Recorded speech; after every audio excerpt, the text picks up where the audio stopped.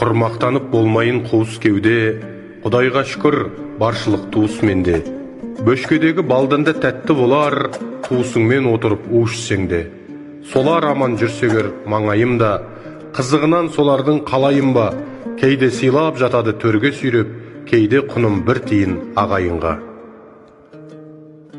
Кейде осылай бас қосып мәз боламыз, кейде өкпелеп біреуге назданамыз.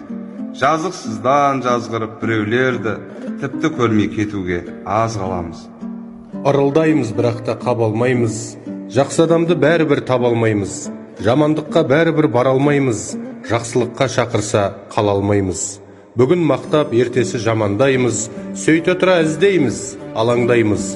Бұл дегенің өмірдің заңдылығы, оң қолменен сол қолды шаба алмаймыз.